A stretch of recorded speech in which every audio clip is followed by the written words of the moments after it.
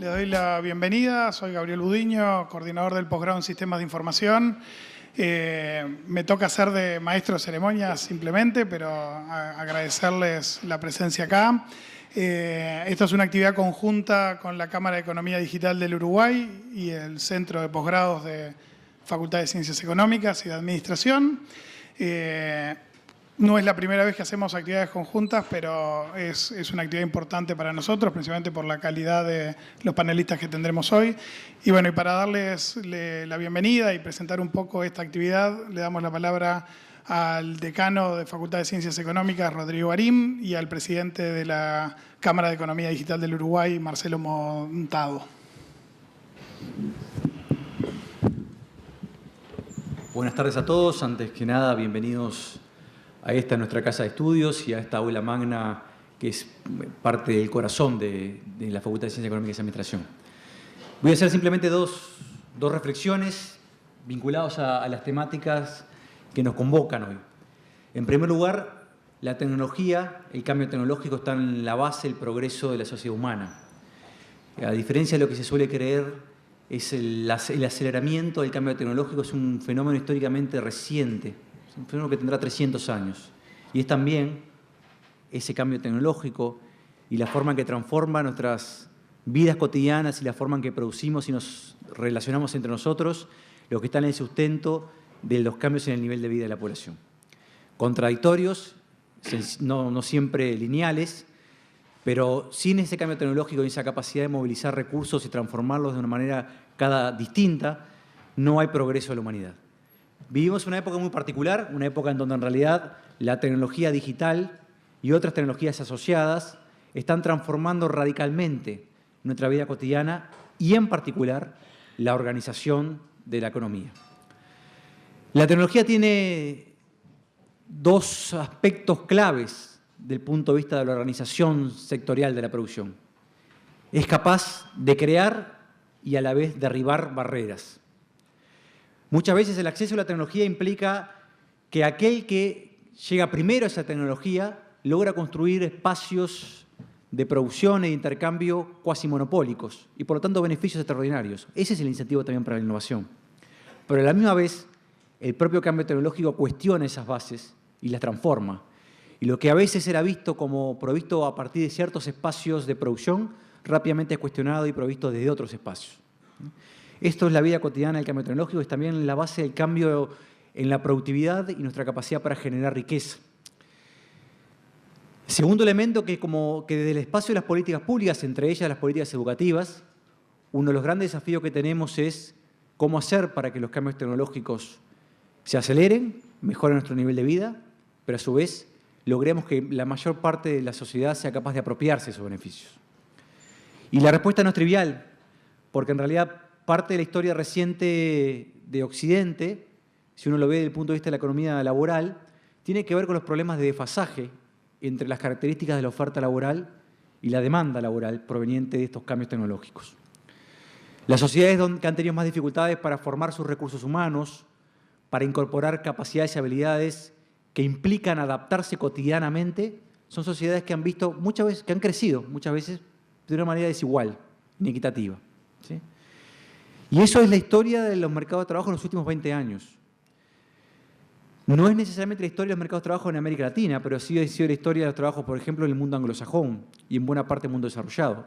Y el origen de esto, cuando uno analiza la literatura económica, tiene que ver con los desfasajes entre las características de la oferta laboral y las características de la demanda laboral que va estructurando la nueva tecnología. Por lo tanto, desde el punto de vista de nuestra institución, y en particular una institución pública, uno de los grandes desafíos que tenemos es cómo formar más y mejores profesionales capaces de adaptarse a un mundo cambiante y capaces también de trabajar en nuevos modelos de negocios vinculados, por ejemplo, a la economía digital.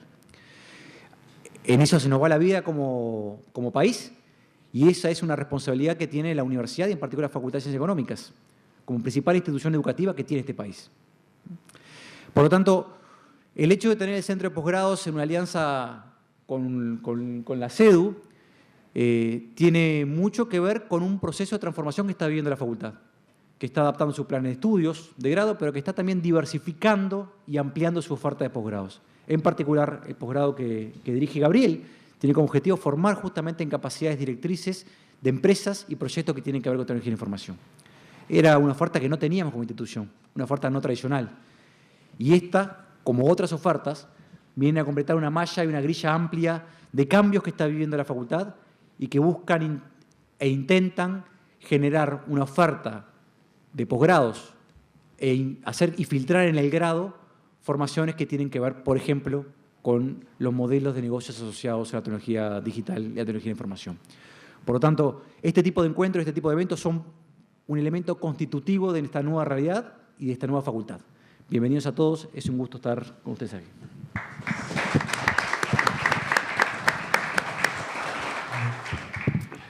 Buenas tardes. En nombre de la Cámara de la Economía Digital les agradezco la presencia de ustedes aquí. Y es este seminario titulado Nuevos modelos de negocios en la economía digital, que como decía Gabriel, fue coorganizado con el Centro de Posgrados de la Facultad de Ciencias Económicas y Administración de UDELAR. En primer lugar, quisiera agradecer muy especialmente habernos recibido en esta casa de estudios, al decano, Rodrigo Arim, al coordinador del posgrado de Sistemas de la Información, que, como en estas oportunidades, en otras también nos han apoyado en incorporar en la agenda y en la discusión nacional los temas que hacen a la economía, a esta nueva economía, la economía digital. El objetivo de este seminario es intentar arrojar luz sobre la transformación que se está dando, los cambios que se están dando en la sociedad a nivel mundial y particularmente en la realidad nacional, cambios que son impulsados por las tecnologías de la información y las comunicaciones, cambios que nos están haciendo ir hacia una nueva sociedad, una sociedad del conocimiento, sociedad de la información, no importa la denominación, pero es un cambio radical. Estamos viviendo un momento excepcional de la humanidad. A mí me encanta decir que es un momento fascinante de la humanidad porque hay una evolución, estamos viendo entre eras, estamos transitando entre un cambio de eras y no se da muy seguido. Tenemos el privilegio de estar asistiendo a este momento de la humanidad. Cambios que están, digamos que cuestionando todo lo que hoy, lo que se ha construido la sociedad, cómo se ha ido organizando. Está en juego las 8 horas, está en juego los sistemas de trabajo, está en juego de cómo se ha organizado la sociedad, las familias, incluso cómo se hace frente a estos cambios desde el Estado, desde las regulaciones, desde las leyes. Esta tecnología de Internet, a mí no me gusta llamarlo como una aparición, un surgimiento de una nueva tecnología más, sino que para mí yo lo veo como la herramienta en que la humanidad tenía que llegar para generar una transformación como jamás antes haya vivido. Entiendo que este cambio, esta tecnología, estas transformaciones tan enormes que está impulsando la tecnología de la información y las comunicaciones, Internet en particular, llevan a la humanidad a una integración, a un nivel de conocimiento universal que le va a permitir hacer comprender a la humanidad que este mundo es para todos. Y creo que es en esa transformación que a veces nos cuesta visualizarlo, nos preocupamos de pronto con aspectos de pronto de más corto plazo, no logramos ver lo que está haciendo en la sociedad en su conjunto y en la humanidad en su conjunto. Yo creo que no es una revolución tecnológica, yo lo veo como una evolución de la humanidad y vamos a asistir a una transformación como nunca antes la humanidad había asistido. Quiero ser breve porque ya estamos empezando un poco tarde. Quiero agradecer a este excelente nivel de panelistas y moderador que para satisfacción de la Cámara la verdad que costó poco convocarlos, rápidamente se estuvieron dispuestos a compartir sus tiempos, compartir sus reflexiones. Creo que la variedad de profesiones y de actividades de cada uno de los integrantes va a dar un enfoque bien variado a la misma problemática, lo cual eso obviamente va a enriquecer este seminario. Así que sin más los invito a escuchar sus ponencias, a reflexionar ante un cambio que es un reto para la humanidad, un reto para enfocarlo desde el punto de vista racional, pero sobre todo estar dispuestos a derribar casi todos los paradigmas que hemos construido hasta este momento. Muchas gracias.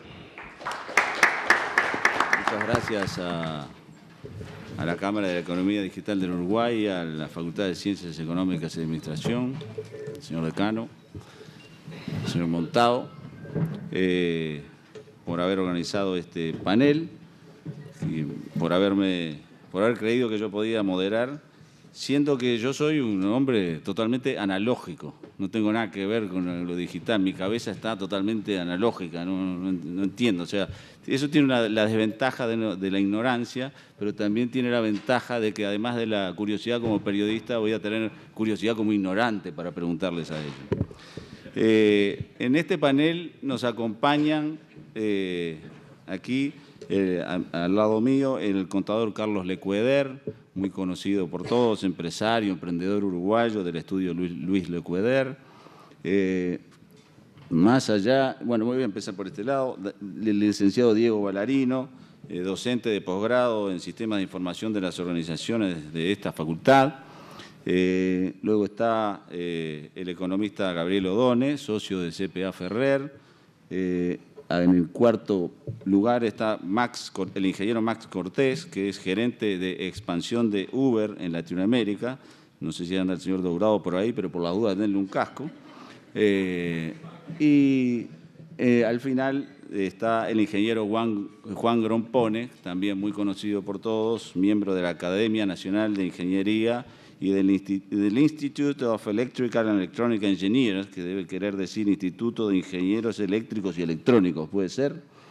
Ok, bueno. La mecánica de este panel es muy sencilla. Cada uno va a disponer de 10 minutos para exponer sus puntos de vista sobre este tema, desde su lugar, diferente cada uno, como ustedes pueden apreciar. Y luego pasamos a una dinámica de preguntas que iniciaré yo con algunas preguntas y luego el auditorio podrá hacer preguntas. Así que sin decir más cosas, le paso el micrófono y la palabra al contador Carlos Lecueder.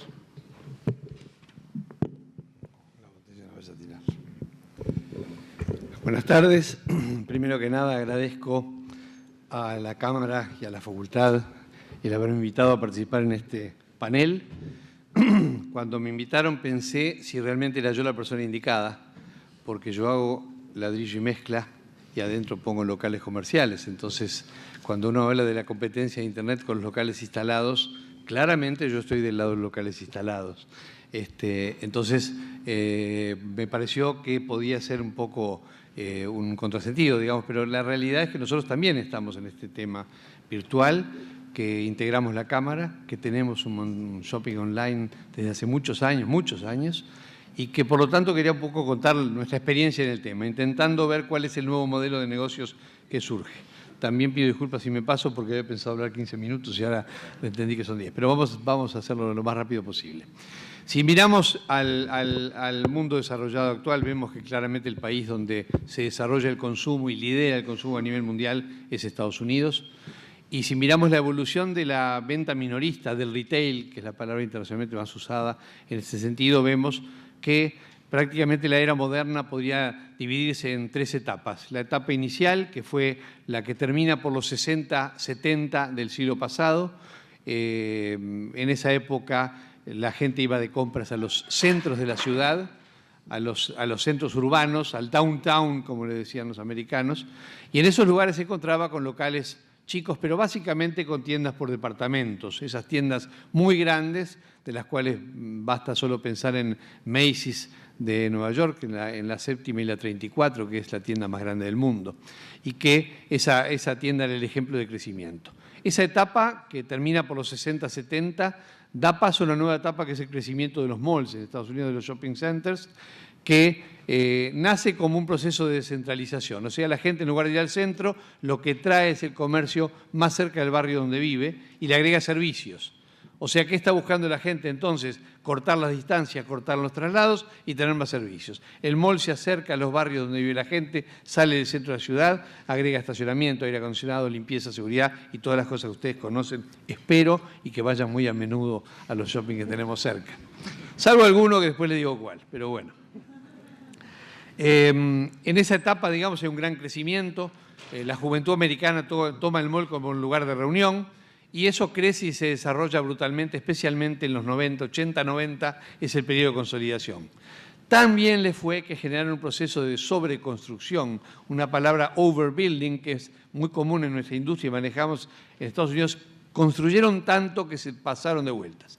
Y generaron una industria de comercio, un retail americano, absolutamente sobredimensionado para los volúmenes de consumo que debía tener la sociedad americana. Pero en los primeros tiempos subsisten igual, digamos, más o menos en los alquileres les permitían subsistir, los costos también. Cuando llegan los 2000 y ahí empieza dos cosas, una crisis económica que los golpea el 2008 pero que quedan resabios y por otro lado el nacimiento de esto que sería en cierta forma la tercera etapa que es Internet, entonces esos shopping centers empiezan a sufrir un poco por esa situación. En resumen, sobreconstrucción por un lado, Internet por otro. Y nace la etapa de Internet, que sin dudas es una etapa diferente, posterior a la de los megamalls o shopping centers, ya sea en todos sus tipos, los power centers, los outlets, los factory outlets, etc. Y aparece entonces Internet. E Internet le ofrece a la gente algo parecido a lo que había ofrecido los malls antes. En primer lugar, termina la distancia, porque compro desde mi casa. Primero iba al centro, después iba al mall que me quedaba cerca, después compro desde mi casa. En segundo lugar, no tengo que ir a buscar la mercadería. En tercer lugar, toda la variedad que puedo encontrar a mano en una pantalla de computadora o en un teléfono, quizá pronto en un reloj. Y finalmente, la variedad de precios, porque las empresas de Internet tienden a dar ofertas especiales y eso tiende a fomentar el mercado. Y entonces empieza a crecer esta nueva etapa que tiene un abanderado en el mundo que se llama Amazon, que es lejos el líder y que tiene, digamos, por otro lado, las cadenas de tiendas que venden por Internet y por otro lado las marcas que venden por Internet. Yo puedo encontrar, supongamos la marca Clarks de zapatos, me viene a la cabeza, la puedo encontrar comprando en Clarks, la puedo encontrar comprando en Macy's o la puedo comprar comprando en Amazon. O sea, en el fabricante, en el distribuidor por excelencia que es Amazon o en la tienda por departamentos que me lo ofrece, con variedad y con precio. Entonces, eso empieza a crecer. Hoy la industria de shopping centers en Estados Unidos está pasando por un momento no tan fácil como antes. Según los especialistas en economía digital, porque apareció Internet y le pega, según la gente que está en los shopping centers, porque hay exceso de construcción y se le fue la mano. La realidad es por cada metro cuadrado de comercio que hay per cápita en Estados Unidos, en Uruguay, en Estados Unidos hay más de 10 metros cuadrados. Y por más que los comercios son más grandes y por más que hay más consumo, la relación es absolutamente disparatada. Si vamos rápidamente a Uruguay, es algo parecido. Hasta los 60 tuvimos las grandes tiendas y el centro. Y las grandes tiendas se fundieron porque la crisis de los 60 trajo caída de ventas, trajo crisis, trajo temas políticos, todos los recordamos, o por lo menos los de determinada edad, y en ese momento quiebran las grandes tiendas montevideanas. No queda ninguna, no hay ni una sola de las grandes tiendas que existe en este momento. En ese momento, ¿qué pasa? Y bueno, se construyen pequeñas galerías en el centro, o no tan pequeñas, pero sí con pequeños locales de 9, 10, 12, 15 metros cuadrados. Y ahí nacen nuevos comercios, pequeñas boutiques que empiezan a darle servicio. Pero en realidad era un servicio peor que el anterior. No había las grandes tiendas, había pequeñas boutiques, la mezcla comercial era incompleta y en el fondo era una salida para un momento de crisis. Y siguiendo la tendencia mundial, pero un poco después, en los 80 y 90, el Uruguay entra en la etapa de los malls. Y esa etapa es la que hoy todavía estamos viviendo. donde los malls todavía están creciendo, donde los malls están en auge, donde no hay locales vacíos, donde no hay ningún mall que pueda llegar a cerrar. O sea que parece como que venimos siguiendo la etapa del exterior con un cierto rezago, como nos pasa en muchos casos. Hoy en Uruguay, entonces, el nacimiento de las empresas que empiezan a vender por Internet se hace más dificultoso, porque tienen acceso a tecnología, pero no al hábito de compra que no se ha producido todavía. Y en cierta forma, ¿por qué? Porque Internet le da a la gente cortar la distancia. Y hoy en Uruguay tenemos que, si uno está en la ciudad de Montevideo, es muy difícil estar a más de 5 minutos de un lugar físico donde se venda el producto. Entonces la distancia es poca. En segundo lugar, porque los talles de compra de la ropa, por ejemplo, en Uruguay no son tan regulares como en el resto del mundo y es más difícil embocarle al talle y no estar comprando, devolviendo, comprando, devolviendo. En tercer lugar, porque el costo del flete es el más importante. Es más importante, porque el combustible en Uruguay cuesta más que en otros lados y los vehículos en Uruguay cuestan más que en otros lados. Entonces, estamos en una situación diferente, con un mundo desarrollado, liderado por Estados Unidos, con un gran crecimiento de Internet y está sacándole algo al comercio instalado, con Uruguay en una etapa diferente, donde todavía el modelo de compras deja todavía bastante que desear. Entonces, ¿cuál es el futuro de todo esto? ¿Cuáles son las ventajas de los lugares de Internet que tienen que aprovecharlas para poder desarrollarse? En primer lugar, precio. Internet tiene que ofrecer buen precio, si no la gente no va a comprar, porque si está cerca de un lugar donde pueda comprar a mejor precio o tocando la mercadería y probándose, tiene que ofrecer precio. En segundo lugar, tiene que ofrecer gran variedad, como en Amazon, que uno tiene el mundo a sus pies y no solamente un producto, una marca, porque la gente cuando va a un shopping en el fondo puede tener más variedad. En tercer lugar, digamos, tratar de abaratar los costos de envío, porque las empresas que venden por internet en Uruguay no tienen mucho margen para dar el free delivery, ¿no? O el free return. Amazon hace bárbaro. Cuando Amazon quiere vender mucho, da la entrega gratis. Y cuando la gente se preocupa de qué pasa si no me queda bien, si no se preocupe, me lo devuelve y se lo envío de vuelta y hago 3 fletes gratis. Amazon paga por año más de $6.000 millones de envíos, ¿no? Y entonces acá entramos en los grandes desafíos que presenta este nuevo modelo de negocios. Y el primer gran desafío es ganar dinero. Porque todos debemos recordar que en la actividad de la vida uno busca desarrollarse, realizarse personal y profesionalmente, pero cuando forma una empresa el objetivo también es ganar dinero. Y la venta por Internet hoy todavía no está en esa etapa abiertamente. Amazon, líder mundial, apenas gana, recién ganó el último ejercicio. Y empezamos a seguir así, pasa eso. Vamos al Uruguay, vamos a los supermercados, la venta por Internet no deja buen resultado. Vamos a los comercios chicos, la venta por Internet dice, no, tengo que armar todo un esquema de software, de personal, de entregas, de control de stock, que me resulta más complicado hoy. Por lo tanto, el nuevo modelo de negocios, especialmente en Uruguay, tiene que preocuparse por hacer un manejo de costos tal que le permita dar el servicio a la gente como la gente debe recibir, dar la variedad de precios del ajuste y al mismo tiempo ganar dinero, porque en Estados Unidos se puede estar 10 años sin ganar dinero y las acciones en la bolsa crecen, pero acá no tenemos bolsa con acciones, acá tenemos que tener un resultado que sea razonable. La experiencia nuestra, Montevideo Shopping en el año 97, 98, analiza el tema y dice, ¿qué somos nosotros? ¿Somos un edificio donde vienen los comerciantes a instalarse para vender o somos intermediarios entre el productor y el público, entre el minorista y el público? Y nos definimos como intermediarios y en ese caso entonces podíamos perfectamente entrar como un negocio paralelo en la venta por Internet. El 5 de abril del 99 abrió Montevideo Shopping Online. La primera venta fue una campera de la casa Acle, que hoy no existe más, pero fue nuestra primera venta y nos quedamos encantados. Lamentablemente ese ritmo del primer día no se reprodujo y no se dio. Nosotros tenemos el shopping online y los días especiales, como puede ser el Día de la Madre, Navidad, eso funciona bien con muchos uruguayos que están en el exterior que compran regalos para mandar a su familia. Básicamente flores u órdenes de compra, con lo cual el shopping físico vende bien porque la gente nos viene a comprar. No hemos tenido resultados favorables, no hemos tenido un incremento de ventas, tampoco tenemos un sitio que sea el ejemplo a seguir, lo reconocemos, pero vemos que la economía digital en este tema de retail tiene en este país todavía mucho que avanzar, en el mundo también, pero tiene que avanzar pensando en costos, en utilidad, en mantener servicio y en dar variedad. Nosotros vemos como un gran camino a seguir la complementación.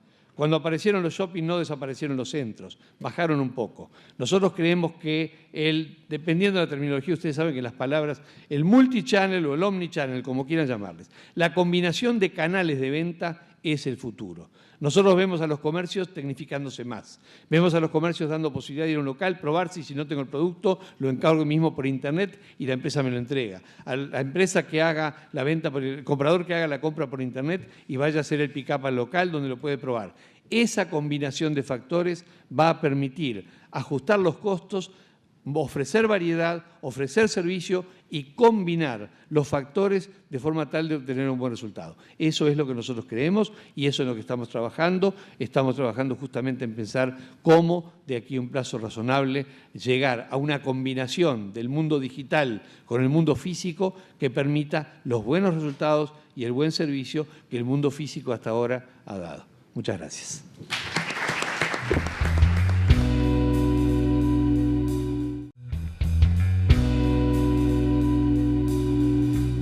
Ahora le voy a dar la palabra al ingeniero Max Cortés, gerente de expansión de Uber en Latinoamérica.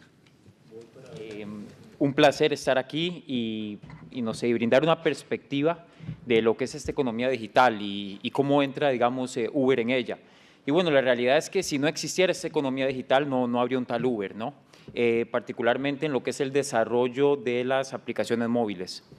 Ideas como esta no son revolucionarias en sí, pero es al existir el teléfono, al ser el GPS suficientemente eficiente y al llegar las redes 3G a un punto de maduración mínimo, que esto se hace una posibilidad. Y eso es lo que es fascinante de esta economía digital, que no hay que necesariamente inventar la gran idea o la cosa súper revolucionaria, sino que cosas que ya conocíamos, normales, cosas que de pronto no nos llamaban la atención, se vuelven oportunidades impresionantes bajo esta economía.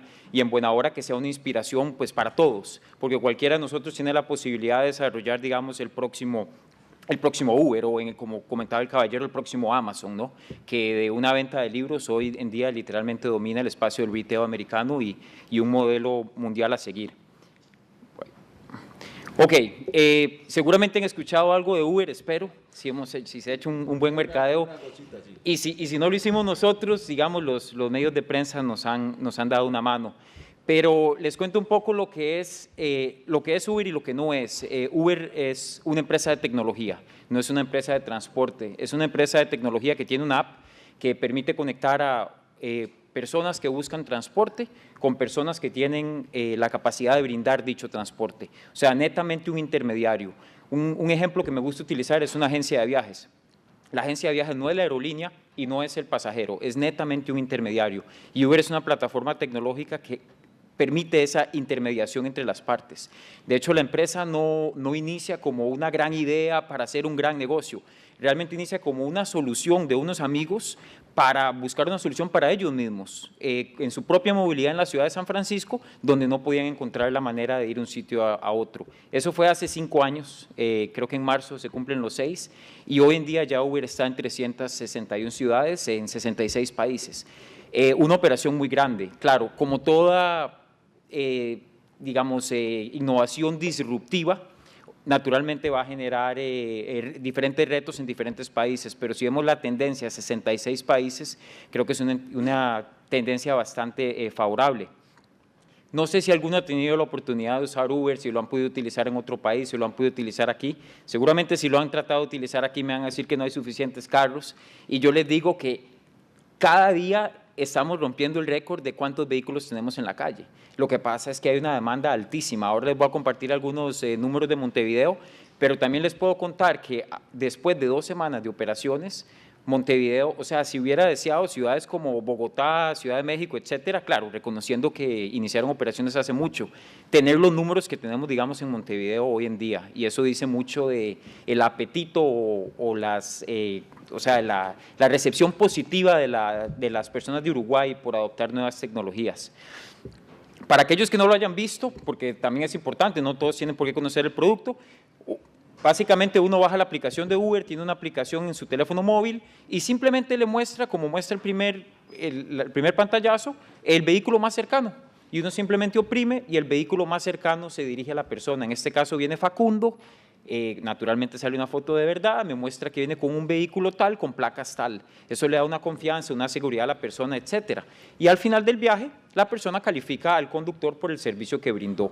Eso así a grandes rasgos. El valor, digamos, de economía digital es que es el mercado el que se está autorregulando, es el mercado el que se asegura que el servicio sea correcto, es el mercado el que determina si un conductor está dando un buen servicio o no está dando un buen servicio. Y desde la perspectiva del socio, él simple y sencillamente tiene una oportunidad de generar ingresos de una manera distinta. Cualquiera de nosotros que tiene un vehículo, tiene el tiempo, tiene la disponibilidad, pasa las pruebas de confianza y demás, el vehículo cumple los requisitos, puede estar conectado y, digamos, compartir esos gastos. Por ejemplo, una persona vive en el centro histórico y estudia en Carrasco y todos los días lleva esa ruta, pues en buena hora pueda llevar a otra persona que lleva la misma dirección y, digamos, compartir los gastos de lo que eso puede llegar a ser. Conforme va creciendo la operación, se pueden hacer más cosas más variadas en cuanto a eso. Y de igual manera, la aplicación se integra con Waze, se integra con otras herramientas de navegación y de igual manera el conductor califica al usuario, porque lo que queremos es una comunidad positiva en todo sentido. De alguna manera, tanto el conductor como el usuario son ambos clientes de Uber y de alguna manera también queremos colaborar para que haya una comunidad positiva. Este es un pantallazo del primer fin de semana en San Francisco cuando inició la operación. Realmente era pues una idea y no teníamos idea qué tan grande, o por lo menos los fundadores no tenían idea qué tan grande esto iba a llegar a ser. Y si hacemos un fast forward, como dicen hoy en día, eso es San Francisco y ahí más o menos pueden ver los vehículos. Eso es un pantallazo de hoy en la mañana, habrá sido eso de las 7 de la mañana en San Francisco, o sea, son miles de vehículos. Y ya realmente en San Francisco una persona puede decir, de verdad tengo que comprar mi propio vehículo, porque si hay un Uber a 5 minutos en todo momento, de pronto no hace falta, y eso es muy interesante. Cuando yo inicié en Uber, yo decía, bueno, eso de pronto tiene sentido en San Francisco, o en Nueva York, o en Londres, y la realidad es que ya estamos viendo eso en Ciudad de México, en Bogotá, donde hay personas que dicen, bueno, ya, ¿para qué necesito un vehículo? Y yo decía, bueno, pero es que esas son las grandes ciudades de América Latina.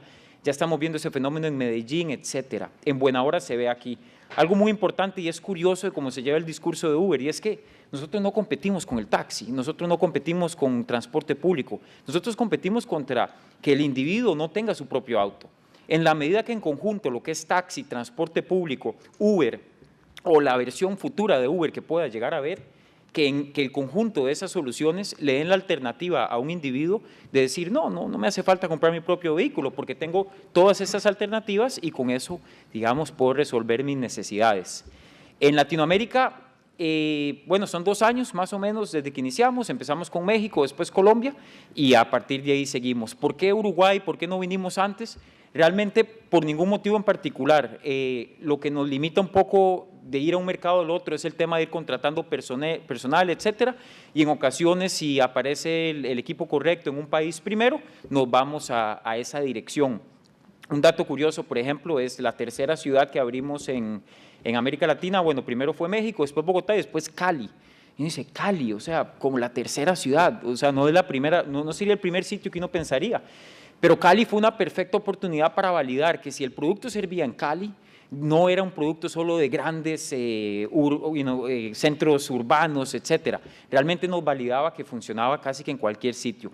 Además, Cali presenta unos retos particulares de seguridad, cosas de ese tipo, y permite validar, digamos, que la plataforma sí brinda, digamos, esos aspectos de seguridad, esos aspectos de confianza a las diferentes partes.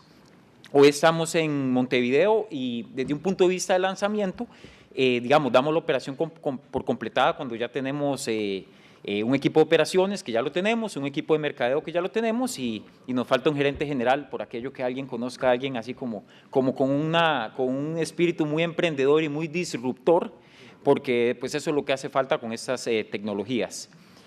En algunos números de Montevideo, y hemos compartido algunas de estas cifras con la prensa, pero para explicárselos puntualmente, 6,000 socios, eso quiere decir personas que se han registrado para ser socios, no quiere decir que todos están conectados o que todos están activos en la plataforma, esas son personas, digamos, que han, digamos, aplicado para hacerlo, ¿no? Conforme ellos cumplen los requisitos, pues los vamos a ir activando en buena hora a todos. Es un número alto y no quiere decir que todos van a estar activos, pero es un número impresionantemente alto para llevar 2 semanas en el país.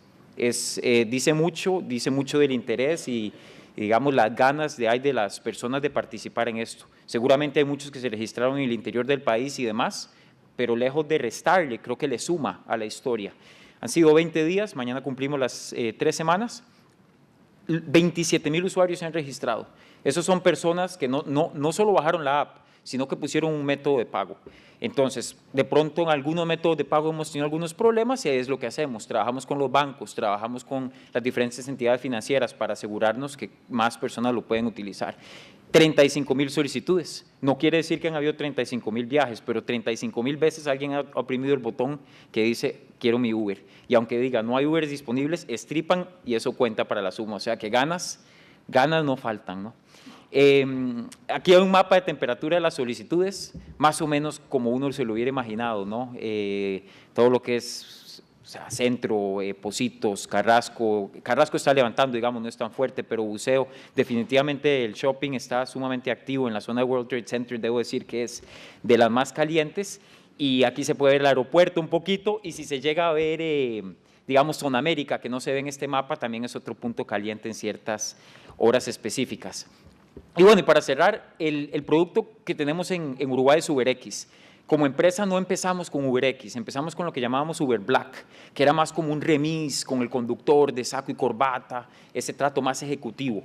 Poco a poco Uber fue evolucionando y encontramos esta modalidad que es persona a persona, el UberX. Y es esa modalidad que es donde la economía colaborativa y Uber, digamos, chocaron, donde nos encontramos y donde hubo la coincidencia. Y es realmente el producto que está llevando el crecimiento de Uber y el que esperamos y estamos confiados que en Uruguay va a ser una diferencia importante. Muchas gracias. Muchas gracias, Max. Ahora le doy la palabra al economista Gabriel O'Donnell. Buenas tardes, para mí es un honor estar aquí, agradezco a la Cámara la invitación por estar hoy aquí, a Marcelo por haberme llamado, también a mi amigo y colega el decano por estar hoy aquí, en mi casa, digamos, donde yo me siento parte de ella. En realidad, una de las cosas que me he estado preguntando en las últimas horas es en qué estaba pensando cuando le dije que sí a Marcelo por aceptar hablar aquí hoy, porque la verdad que me dio bastante más trabajo de lo que yo pensé poder ordenar 4 o 5 ideas supuestamente inteligentes, que es lo que voy a intentar transmitir ahora. Básicamente, mi reflexión viene por el lado de los desafíos para las políticas públicas. Esto es, si efectivamente la economía digital, más allá de las dudas que Carlos plantea, se termina consolidando como una nueva forma de hacer negocios porque se vuelve rentable, bueno, las políticas públicas están interpeladas en diversas dimensiones. Están interpeladas por sus ámbitos de regulación, están interpeladas por las formas en las que tributan, están interpeladas por el tipo de acuerdos que deben desplegar a nivel global, están interpeladas por los temas educativos que recién nos proponía Rodrigo para analizar. Y bueno, esa es un poco alguna de las ideas que yo voy a intentar poner sobre la mesa. Pero para eso voy a hacer 3 comentarios generales de algunas tendencias que me parecen importantes. En primer lugar, siempre es muy difícil desde la perspectiva histórica decir cuán disruptivo es el momento de cambio tecnológico en el que estamos. Simplemente me permito aquí recordar la historia del señor Bell, que se presenta en 1876 frente a la Western Union a proponerle un negocio revolucionario que era el poder hacer comunicaciones y que es cálidamente acompañado a la puerta para decir que era un negocio que no iba a funcionar, para que el señor Bell fundara su negocio y después Western Union tuviera que terminar distribuyendo dinero primero y otras cosas después. Su modelo de negocio desapareció y tuvo que modificarlo. Ese tipo de modelo de cambio tecnológico abrupto que tuvo lugar sobre finales del siglo XIX en lo que es conocido como el segundo impulso de una revolución industrial, tiene a finales del siglo XX, por la revolución de las tecnologías de la comunicación, un impacto. Y simplemente por mostrar un camino, esto es la diferencia entre el tiempo que le tocó a WhatsApp ocupar el espacio que a SMS le había tocado jugar. O sea, los mensajes de WhatsApp se expandieron a una velocidad infinitamente más rápida que la que SMS había logrado establecer, y eso constituye un desafío significativo para todos, para el modelo de negocio que está detrás, para el regulador, para el proveedor de servicios de comunicación, etcétera. El mundo en el que estamos, desde la lógica económica, básicamente es un mundo en el que los costos de transacción y la asimetría de información, 2 temas fundamentales para que los mercados funcionen más o menos bien, están siendo crecientemente interpelados. Hoy tenemos costos de almacenamiento sustancialmente más bajos de lo que teníamos hace tan solo unos años. Hoy tenemos velocidad de transmisión infinitamente superior, lo que recién señalaba Max respecto a la revolución 3G para poder comunicar online a gente que está queriendo tomar decisiones instantáneas. Y hoy tenemos una penetración de la telefonía y una penetración de los instrumentos que permiten conectarse en todo momento infinitamente importante. Bueno, esto es lo que efectivamente desde el punto de vista de la economía está generando algunos elementos que interpelan a las políticas públicas, porque los costos de transacción se han reducido de manera sustancial y porque la asimetría de información, que es fundamento de muchos de los criterios de regulación pública, están reduciéndose de manera drástica. Hoy, con esta penetración, con esta cantidad de información que es posible manejar, muchos jugadores tienen información perfecta sobre los excesos de oferta, los excesos de demanda o las faltas de oferta y las faltas de demanda que hay. Y eso es un mecanismo que efectivamente revoluciona a muchos mecanismos de competencia.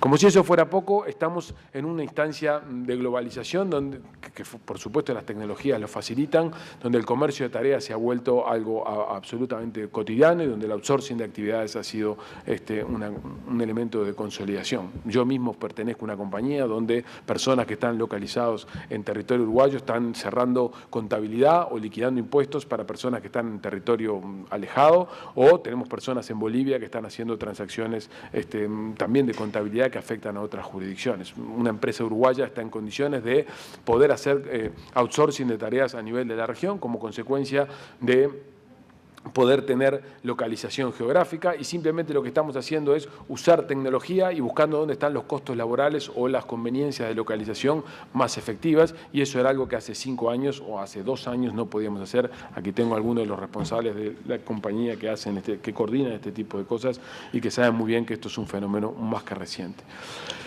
Ese mecanismo está llevando a que las relaciones laborales de dependencia están cambiando de manera sustancial. Hoy el 34% de las relaciones laborales en Estados Unidos ya no son de dependencia y se espera que en 5 años el 50% de las relaciones laborales no tengan una relación de dependencia. La idea es que hoy una carrera, como está señalado por diversos analistas, está compuesta por una sucesión de infinitos encargos que las personas están en condiciones de administrar y gestionar. Todas las regulaciones laborales están interpeladas a reconcebirse en la medida que las personas, su vínculo corporativo ya no solamente no está en una empresa para toda la vida, sino que probablemente ya ni siquiera está directamente vinculada a una empresa, sino que está vinculada a través de plataformas con distintos jugadores de mercado. Pero lo más importante, al menos para mí, en las escasas reflexiones que he podido hacer sobre la lógica de la economía digital, es que esta revolución de las comunicaciones está permitiendo algo que es, en mi opinión, para la organización de los mercados efectivamente disruptivo, que es una atomización infinita de la oferta y la demanda.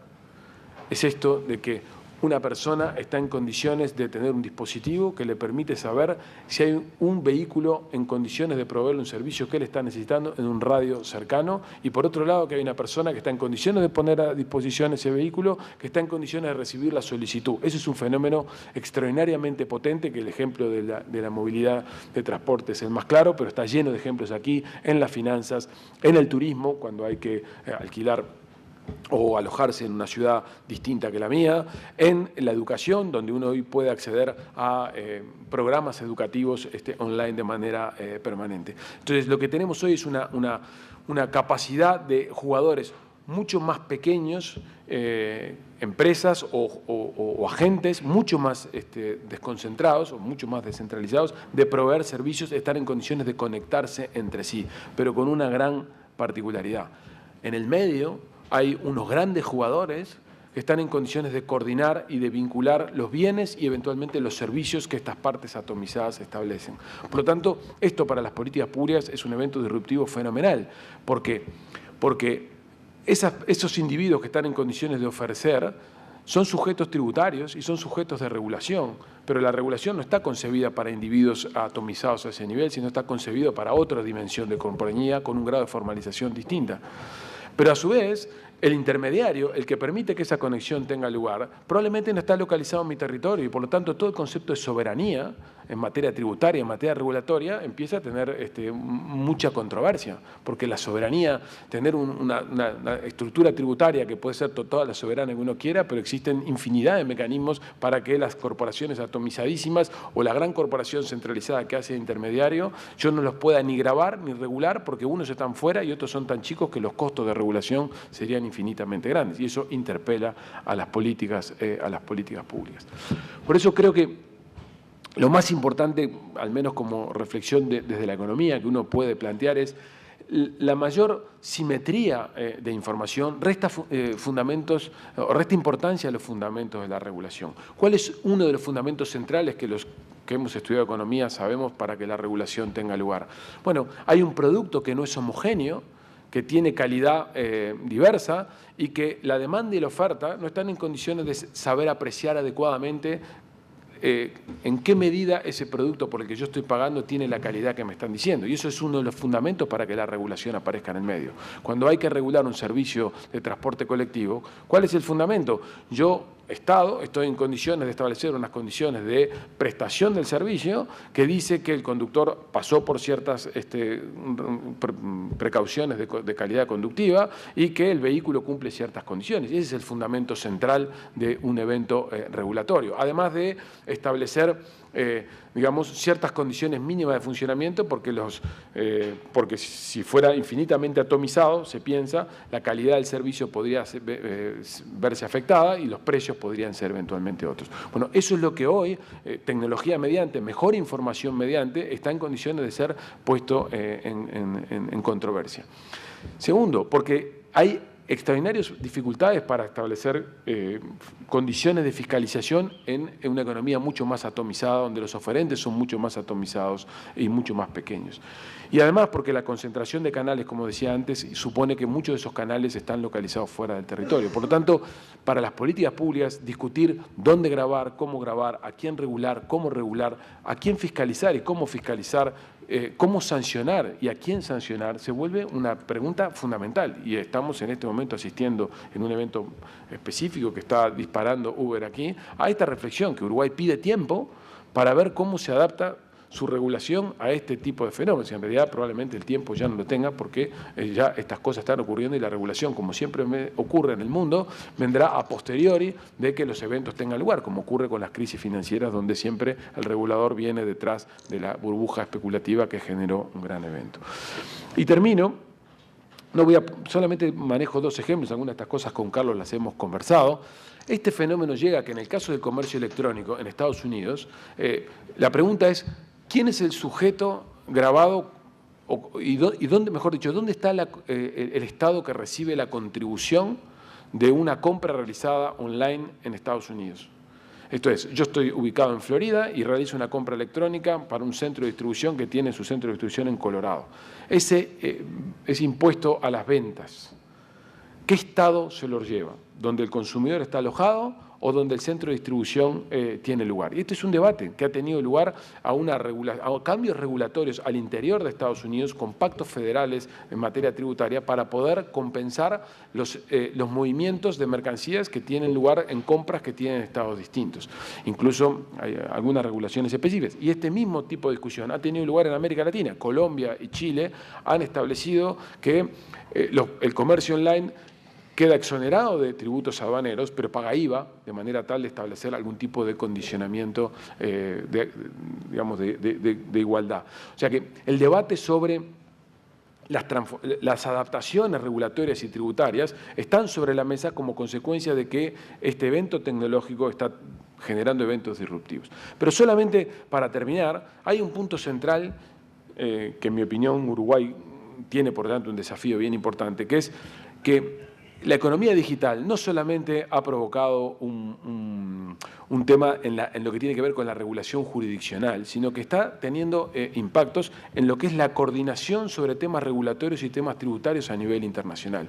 Toda la agenda de acuerdos o de tratados que hoy están sobre la mesa, que ya no son no es una ronda multilateral como la de Doha, ni es los acuerdos bilaterales de los acuerdos de libre comercio que tuvieron lugar en estos últimos años, sino que es la agenda esta del plurilateralismo que tiene lugar en en estos tratados que son el Tratado del Transpacífico, el Transatlántico y el TISA, por ejemplo, es una agenda que tiene toda una agenda de temáticas que escapan largamente a los temas estrictamente arancelarios, donde el comercio electrónico, donde la protección de datos tienen una relevancia sustancial, porque este tema se ha vuelto un tema crucial para la organización de las economías. Y ahí hay un debate central entre Estados Unidos y la Unión Europea.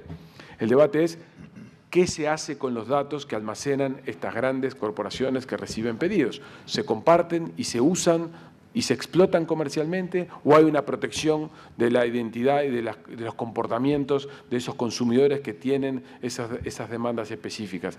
Porque si pueden ser explotadas comercialmente, se pueden llevar a mecanismos de analytics de por medio, a targetizar o a poder personalizar las ofertas sobre los clientes, de manera tal que yo al final del día le puedo estar ofreciendo a cada cliente el producto que está demandando, mientras que si eso está restringido, como es el caso europeo, por protección de datos, ese fenómeno se vuelve mucho más relevante. Esta es una discusión que ¿saben dónde se está resolviendo? En el TISA, donde nosotros decidimos no estar. Dijimos, no queremos saber lo que pasa. Capaz que un día, y eso probablemente va a ocurrir, esa regulación va a tener lugar y nosotros vamos a tener que subirnos a esa regulación porque como el grupo de países que está formando parte de estos debates son el 60% del PIB mundial y abarcan un número muy importante de países, no vamos a tener más remedio que adaptarnos a ese tipo de acuerdos. Nosotros no es que nos decidimos acordar, decidimos no estar presentes para ver qué se está discutiendo. Estos son los desafíos que las políticas públicas tienen por delante, tener la cabeza abierta para saber lo que pasa en el mundo y no perder el carro para poder estar con nuestras políticas públicas adaptadas al momento actual. Gracias.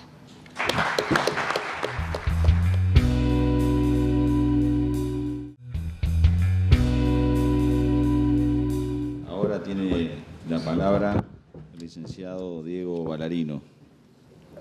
Buenas tardes a todos. Es un placer realmente la invitación a la universidad, a CEDU, por participar acá con tan prestigioso panel. Después de estas 3 exposiciones a mí me queda solamente decir buenas tardes y muchas gracias, digamos. Es básicamente lo que me queda. Así que yo quiero tratar de profundizar algunas cosas que dijo Carlos, Max y Gabriel sobre todo. Y la idea era profundizar un poco en el tema de la innovación y cómo los modelos de negocios cambian en estas realidades.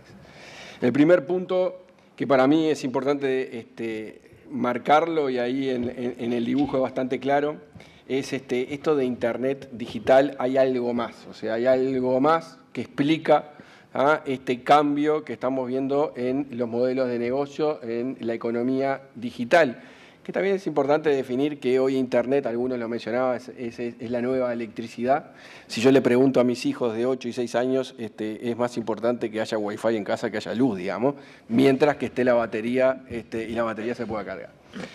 Entonces, partiendo de eso, para mí hay algo que está cambiando en los últimos años, los modelos de negocios mucho más rápido que Internet, y algo lo mencionaba Gabriel, y es el tema de los datos. Para mí, algo importante que se está viendo hoy es cómo el cúmulo de datos, más que de información, se está dando. O sea, hoy el 90% de los datos que consideramos hoy se han creado en los últimos 24 meses. Y estos datos, lo que nos está dando la posibilidad es tratar de convertir información, procesarla de alguna manera, y Gabriel lo decía, así que eso me puedo apurar, me da la posibilidad de ir un poquito más rápido, ¿no? De información, transformar esos datos en información, información en conocimiento a costos marginales tendiendo a cero. Cuando le digo costos marginales tendiendo a cero, es verdad.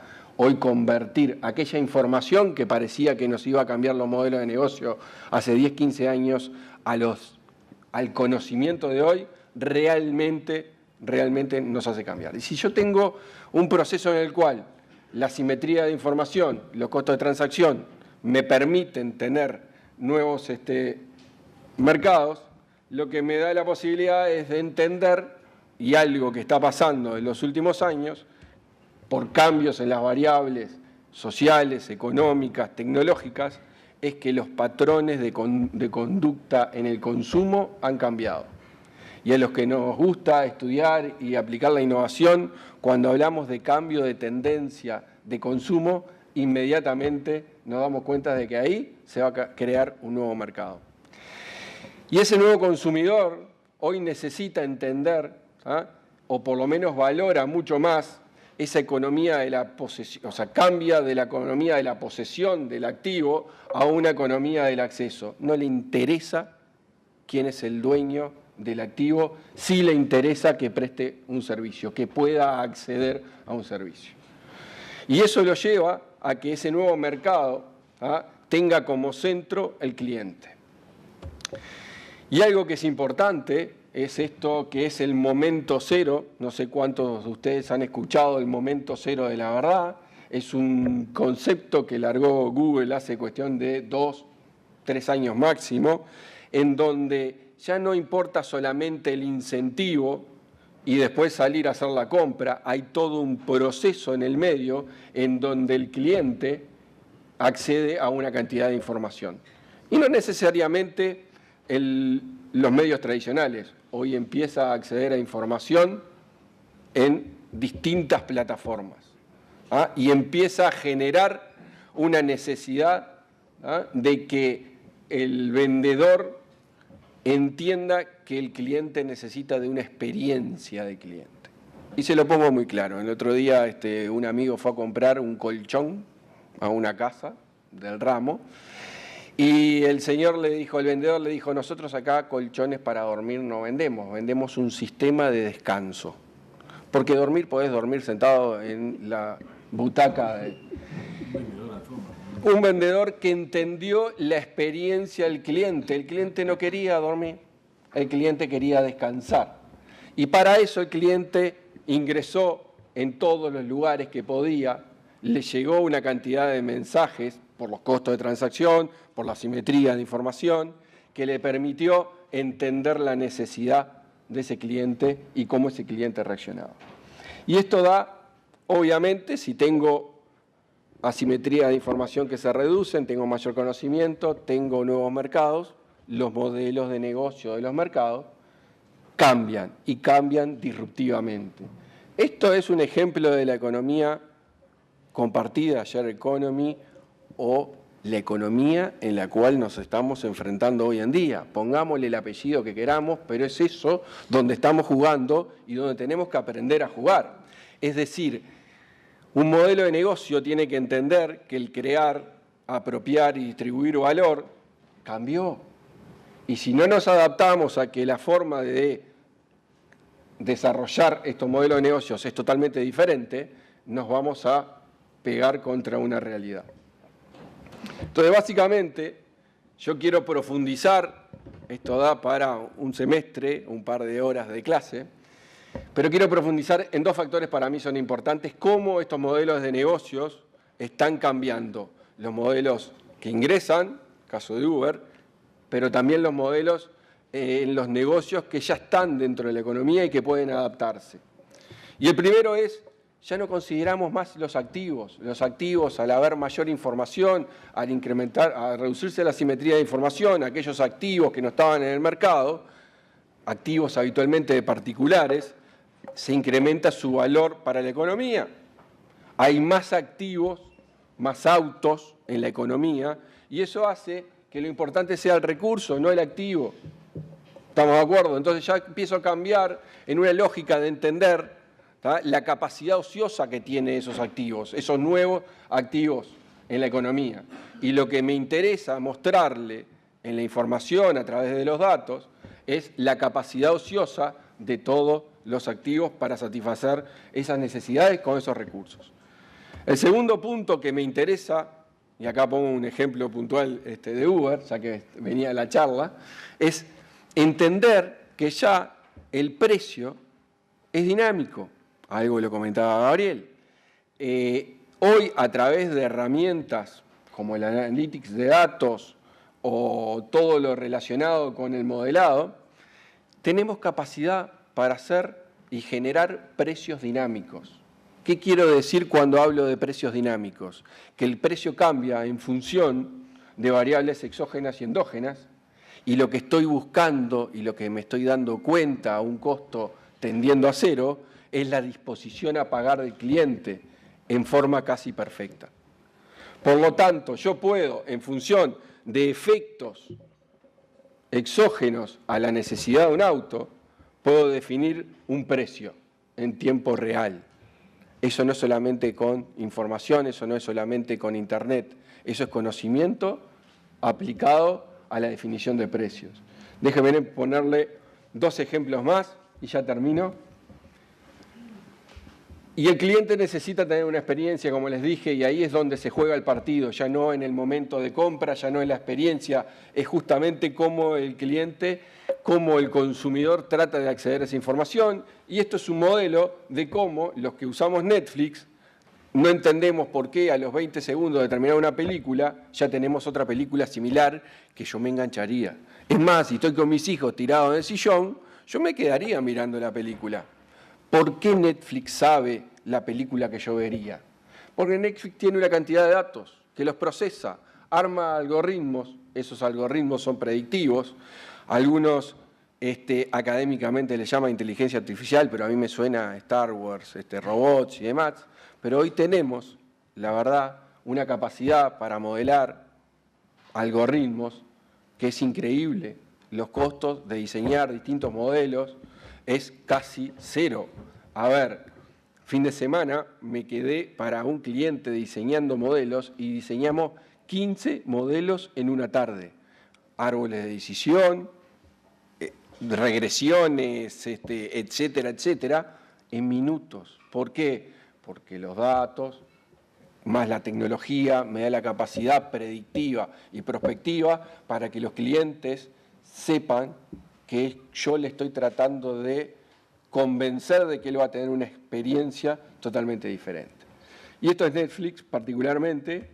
Y por último, como conclusión de esto, tenemos mayor conectividad, tenemos mayor información a través de los datos estructurados y no estructurados.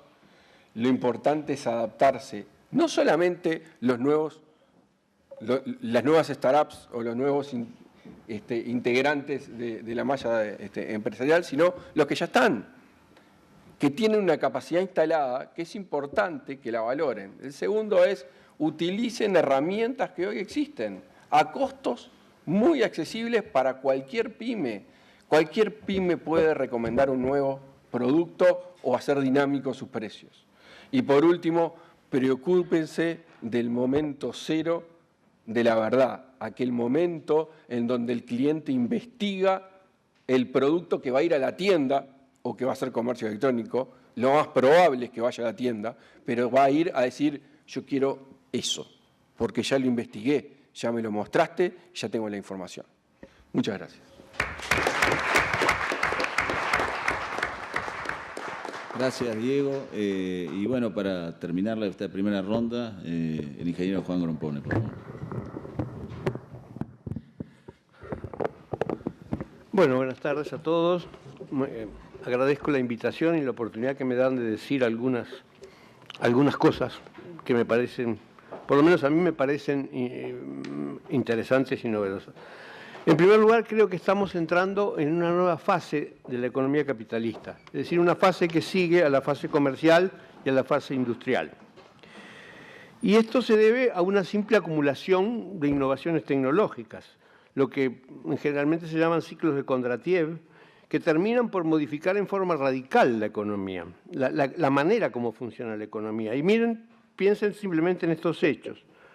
La distribución de la electricidad se estableció como firme hacia 1890. La electrónica se afirmó hacia 1945, luego de la Segunda Guerra Mundial. La computadora personal apareció en 1980 y Internet se volvió pública en 1995. Es decir, esta cadena de innovaciones tecnológicas son las que terminan por provocar un cambio muy profundo en la manera como se maneja la economía. Y esto se verifica porque aparecen negocios nuevos, negocios que no existían antes ni eran imaginables, como Google, por ejemplo, que es una de las empresas más prósperas del planeta. Aparecen enfoques nuevos de viejos negocios, como Amazon, por ejemplo, que ya ha sido comentado y que todo el mundo conoce. Es decir, que ha cambiado la manera de la venta de productos y aparecen negocios que están apenas comenzando, como por ejemplo las redes sociales. Si las redes sociales son un negocio que, en fin, todavía está flotando en el aire sin que encuentre realmente un modelo preciso. Creo que lo nuevo que está ocurriendo es que ha aparecido, se ha desarrollado en forma violenta, brutal, el nuevo manejo de la información. Es decir, el elemento nuevo es que tenemos maneras automáticas de manejar la información a velocidades y en volúmenes absolutamente desconocidos respecto a todo lo anterior. Y esto es lo que provoca los cambios en la economía. Por eso creo que el nombre correcto de esta fase es fase de la sociedad de la información. Es decir, donde la información, el manejo de la información, la venta de información se convierte en el centro de toda la actividad económica. Es decir, es una especie de superciclo de Kondratiev, es decir, la acumulación de grandes innovaciones provoca una innovación todavía muchísimo más grande. Y esto nos lleva a un problema de fondo. El protagonista de todo esto, en definitiva, es la computadora, precisamente. Y la computadora es lo que se llama un autómata universal. Es decir, es una máquina automática que puede imitar a cualquier otra máquina automática. Esto es un resultado de Alan Turing de 1936. En un célebre paper demostró que había una máquina que podía imitar lo que hacía cualquier otra máquina que procesara información. Es decir, que definió teóricamente la computadora en 1936 antes que se pudiera construir ninguna. Pero precisamente en 1946, es decir, gracias a la revolución electrónica, se pudo construir la primera computadora, ¿no? Y aquí comenzó este nuevo mundo. De inmediato se plantea un problema, que es, ¿qué cosas son automatizables? Porque estamos hablando de máquinas que automatizan, máquinas automáticas, pero ¿qué cosas son automatizables? ¿Qué procesos son automatizables? Y este es un punto conceptual que se planteó desde el primer momento. Y el propio Alan Turing dio respuesta a este tema en una forma absolutamente cristalina, que es automatizable es todo aquello que posee una descripción precisa. Es decir, parece ser un juego de palabras, pero no lo es. Es decir, hay procesos que realizan los seres humanos en su actividad, en su trabajo, en su desarrollo, en sus distintas actividades, que no se pueden describir en forma precisa, ¿no? Por ejemplo, todo lo que tiene que ver con labores creativas, todo lo que tiene que ver con lo que se llama intuición, son procesos que no se pueden describir en forma precisa. Nadie puede decir, por ejemplo, o ni siquiera el propio Picasso, por qué hacía lo que hacía. Es decir, y cuál era el mecanismo por el cual encontraba las cosas que encontraba. Estos procesos entonces no poseen una descripción precisa y no son automatizables. Es decir, que en contra de una afirmación muy corriente, que se piensa que todo es posible automatizar y que los robots van a reemplazar a los seres humanos, eso es un soberano disparate. Es decir, hay una enorme cantidad de trabajos humanos, los más interesantes precisamente, aquellos que no se pueden describir en forma precisa, que son los no automatizables y están ahora y siempre lejos del alcance de las máquinas automáticas y de las computadoras. Automatizable, por ejemplo, es la ortografía. Es decir, escribir bien una palabra es perfectamente automatizable, lo vemos todos los días. Automatizable es, por ejemplo, dibujar con precisión bien. Es decir, hay programas de dibujo que permiten hacerlo. Automatizable es corregir un examen de múltiple opción, por ejemplo. Eso es perfectamente automatizable. Y automatizable, y esto es muy importante, es el control de una fábrica. Controlar una fábrica funcionando correctamente, eso también es automatizable. Ahora quiero dar algunos ejemplos de procesos no automatizables. Bueno, la ortografía es automatizable, pero la creación literaria o la creación plástica no lo es. Es decir, no es posible construir un robot que escriba novelas interesantes. Por ejemplo, se pueden corregir los exámenes de múltiple opción, pero la propuesta y la corrección de los problemas, eso no es automatizable tampoco. Y finalmente, la fábrica se puede dirigir, pero no se puede mantener. El mantenimiento de una fábrica no es automatizable. Todos los intentos que se han hecho de hacer procedimientos precisos para para corregir y reparar procedimientos han sido falsos. Yo recuerdo perfectamente un ejemplo de la Hewlett Packard, que es una de las compañías de instrumentación más grandes del mundo, de hace unos 30 años, en que para un equipo electrónico construyó un manual de esta altura en que decía, este es el procedimiento sistemático para repararlo. Entonces uno abría el manual, leía la primera página y le decía, el instrumento, apriete el botón de encendido, ¿se prende la luz de encendido? Bueno, ¿sí o no? Si es sí, siga para adelante con el siguiente paso. Si es no, entonces decía, verifique si está enchufado, verifique todas esas cosas así, ¿no? Y así seguía. Entonces yo tomé un equipo que había que reparar y empecé a seguir el manual. A la tercera página me daba 2 o 3 alternativas y el aparato presentaba una falla que no era ninguna de esas 2 o 3 alternativas. Es decir, simplemente no estaba prevista la falla que tenía ese equipo. Y ahí quiere decir que en la tercera página hubo que dejar de lado el manual y empezar a examinarlo realmente, cómo hacer para repararlo. Y esto es lo que sucede con el mantenimiento. Es decir, que se pueden hacer fábricas sin trabajadores humanos, pero no se las puede mantener funcionando sin trabajadores humanos.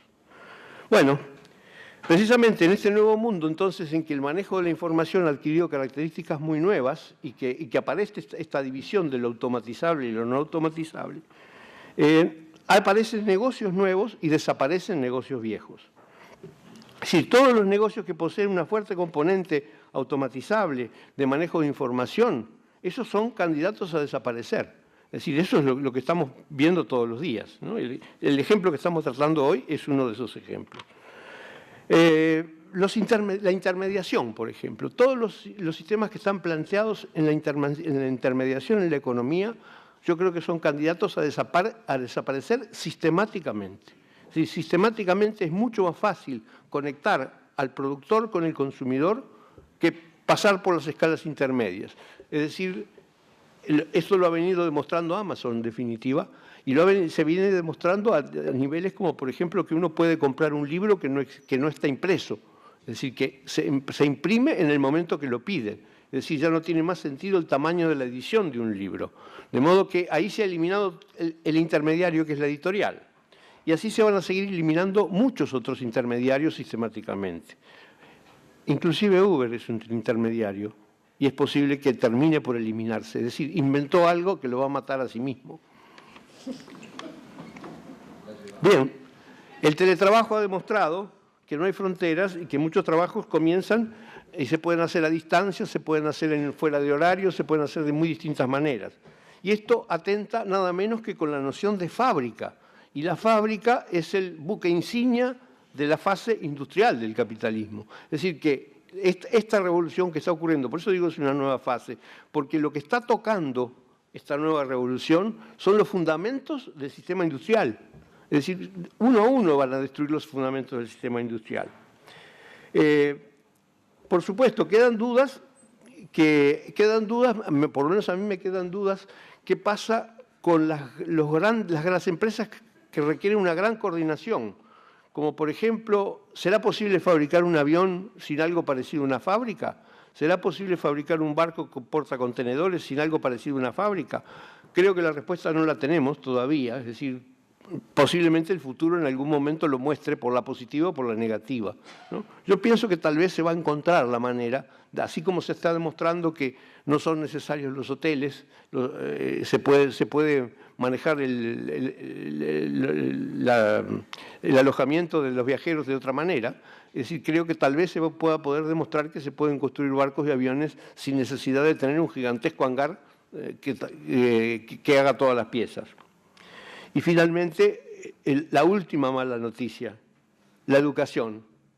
La educación es algo diseñado según el modelo de fábrica, ¿no? Es decir, todos empiezan a la misma hora, todos salen a la misma hora, todos se visten igual y todos estudian lo mismo. Es decir, es exactamente la línea de Ford para fabricar el Ford T. Eso está en crisis y casualmente está en crisis cuando precisamente el modelo de fábrica se está destruyendo y está cambiando. Y creo que este es el desafío más terrible que plantea la sociedad de la información. Muchas gracias.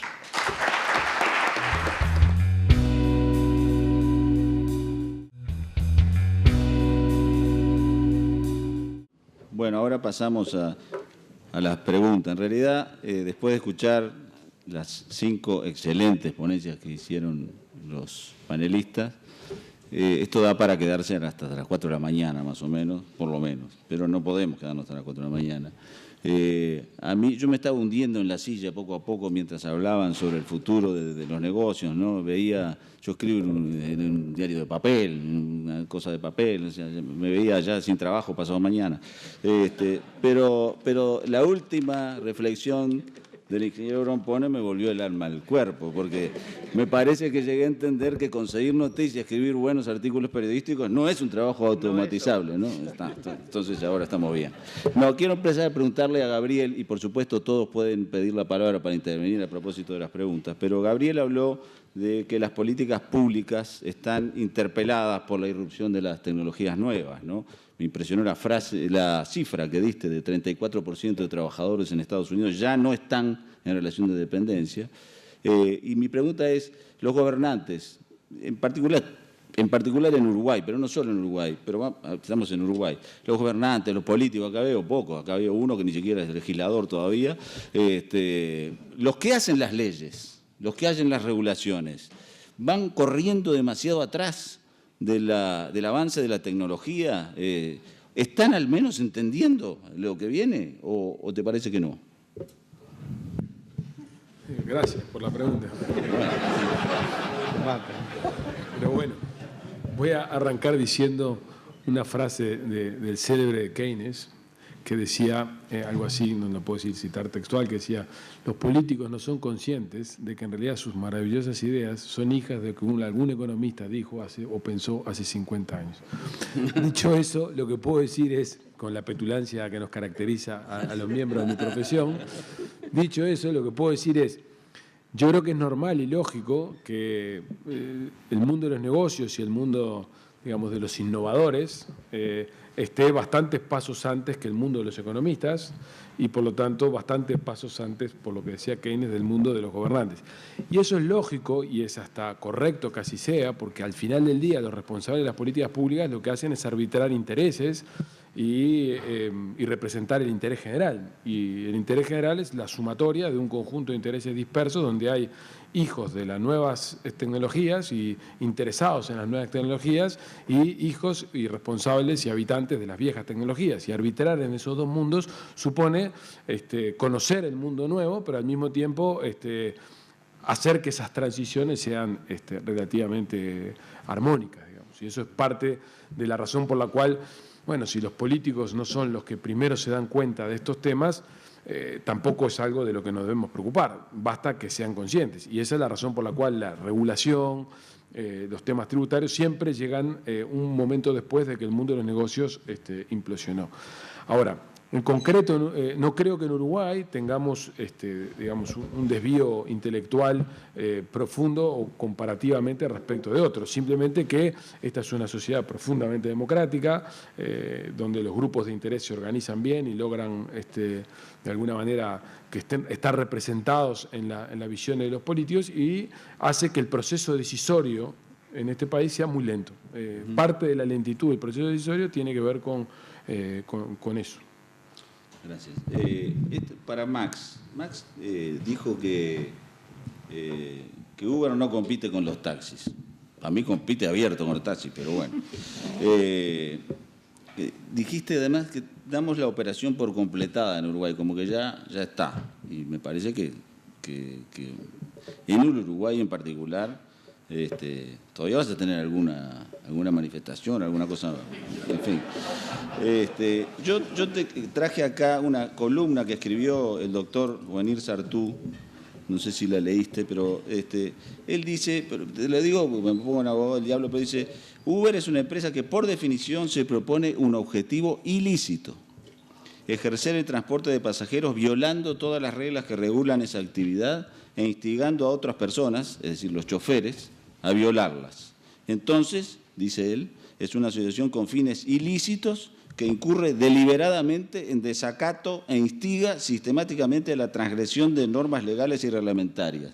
Y dice, hay leyes civiles y penales que controlan eso y por lo tanto quieren que vayan ustedes presos. Es decir, la pregunta es, tiene que ver con un poco con lo que estamos hablando, es decir, la regulación. ¿Ustedes no creen en ninguna regulación? ¿Creen que...? Porque las calles las tiene que pagar alguien con impuestos, los semáforos los tiene que pagar alguien con impuestos, las veredas las tiene que pagar alguien con impuestos. Entonces, ¿cómo se armoniza eso con unos trabajadores que no están regulados, que eventualmente no pagan impuestos? Ustedes no son responsables, dicen que no son responsables de los choferes, y chocan, se revientan, no se revientan, el problema de ellos, no tienen seguro, no sé.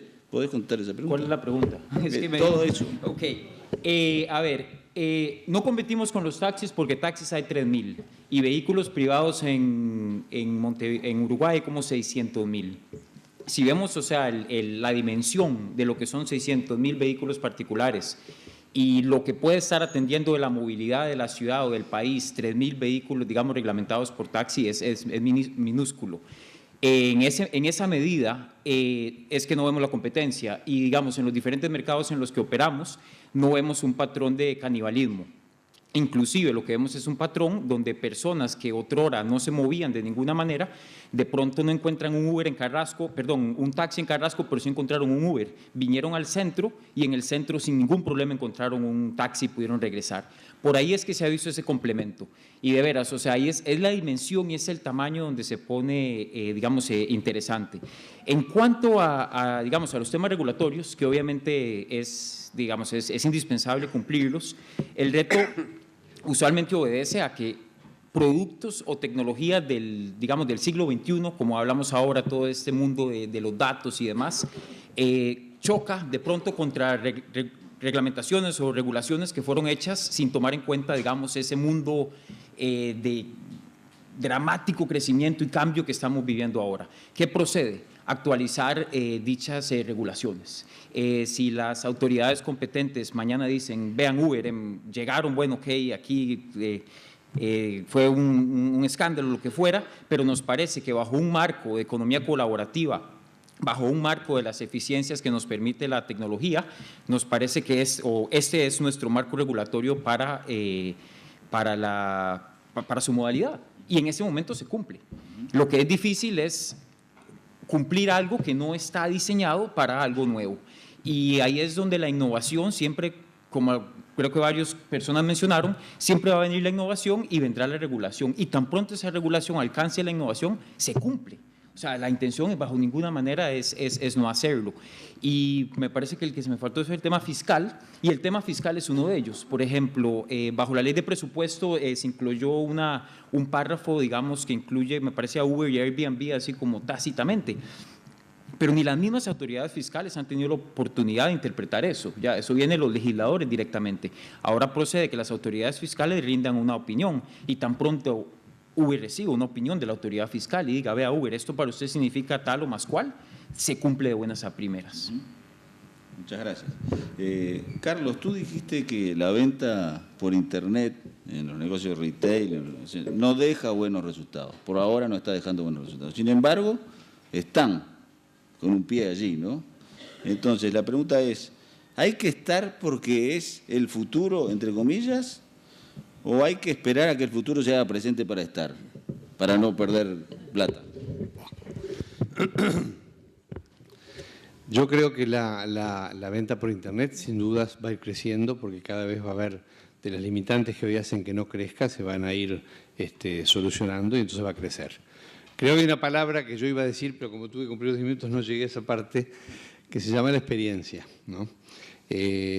Nosotros cuando hacemos las cosas las hacemos para ser felices en la vida, ¿verdad? Cuando uno trabaja para tener dinero para vivir, pero además para sentirse realizado. Cuando uno hace compras es algo parecido. Uno se va a comprar algo de ropa, especialmente las damas, que son las grandes consumidoras, y no compran por necesidad, es mentira que compran por necesidad, compran por gusto, porque les gusta. Y les gusta probarse, y les gusta revolver, y les gusta entrar en un comercio, y si justo hay otra que sacó la misma camisa, le pegan un tirón y se la sacan. Y la realidad es que esa experiencia de compra es la que Internet está eliminando, porque la cambia por otra experiencia. Entonces la gente de ahora en adelante tiene que ser gente que elija experiencias. Y yo creo que el principal cambio que se produce, y por eso no llegué al final, porque y lo estoy mirando ahora en función de pronto, no sé si contesto bien la pregunta o no, pero el gran cambio que nos trae esta economía, ¿no?, es que nosotros vivimos muchos años diciendo, y desde que empezamos con los shopping en el año 80 ya sabemos que el cliente es el centro de nuestros esfuerzos. Todo está hecho pensando al cliente. No hacemos un estacionamiento si no es por el cliente, no hacemos aire acondicionado si no es por el cliente, no ponemos programas de marketing si no es por dar una experiencia favorable al cliente. Y el cliente decide voy a este shopping o voy al otro, o voy al centro o compro por internet en función de la experiencia. Y esa experiencia hace a su felicidad. Entonces, y yo creo que esto es lo aplicable a todo lo que acabamos de decir en este panel. Es decir, claramente todo lo automatizable va a ir a medios digitales, sin lugar a dudas. Y así debe ser. Va a ser más rápido, más económico, más eficiente. Pero todo aquello donde la gente puede elegir en función de su gusto, ¿no?, y de su deseo, va a ser lo que la gente va a tener que tener derecho a elegir. Y ahí entramos en la gran discusión que ya se mencionó, que se llama la palabra regulación, ¿no? Nosotros vivimos en un Estado que regula todo. Estamos hablando de Uber y los taxis. Yo creo que sí es competencia directa, por más que digamos que hay 600.000 autos, los taxis compiten con Uber.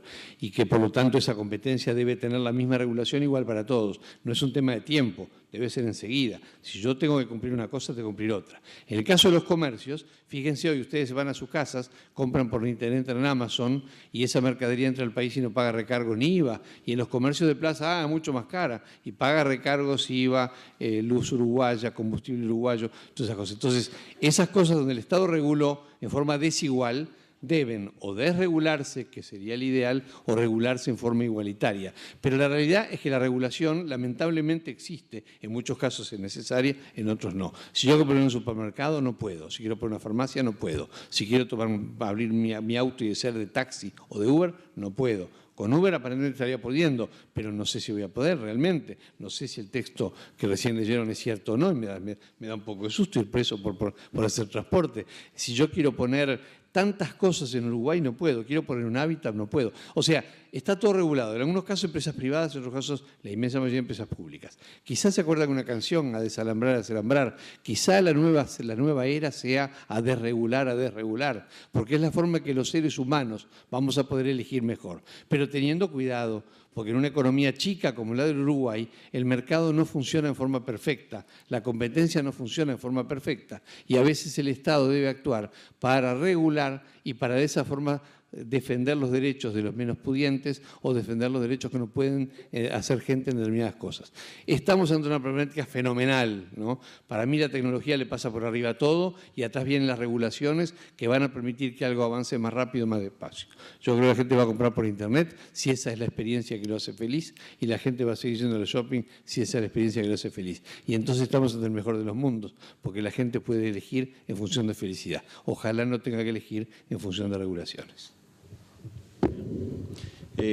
Diego decía que para los hijos de él es más importante que haya wifi en las casas que la propia electricidad. Y doy fe de eso, pues tengo uno de 15 que está todo el tiempo conectado, es un enfermo mental. Eso es directamente así. Pero no es, en serio, pero hablando en serio, ¿no es una especie de locura de orden cultural eso? Es decir, ¿no significa un frenesí disparatado donde nos interesa más estar todo el tiempo conectados, aunque eso suponga que estamos a oscuras o muertos de frío? Vale para el ejemplo de Netflix también. O sea, estamos mirando, termina, los 7 segundos empieza otra, quedamos. Y de repente teníamos para hacer otra cosa, pero quedamos. Pregunto eso, ¿te parece que es razonable pensar que eso es una especie de frenesí disparatado? Mira, te cuento una anécdota. Yo tuve la misma duda y se la pregunté al psicólogo y le pregunté, che, este botija está todo el día conectado. Y me dice, ¿está todo el día conectado solo o está todo el día conectado con otros pares que también tienen el mismo comportamiento? No, con los compañeros de clase. Pero en mi época yo me juntaba en el fútbol, en la cuadra, para jugar a la pelota. Ellos se juntan a jugar al PlayStation 4 Destiny vía internet y además se juntan porque tienen una duda de cómo superar eso a través de la tableta en YouTube.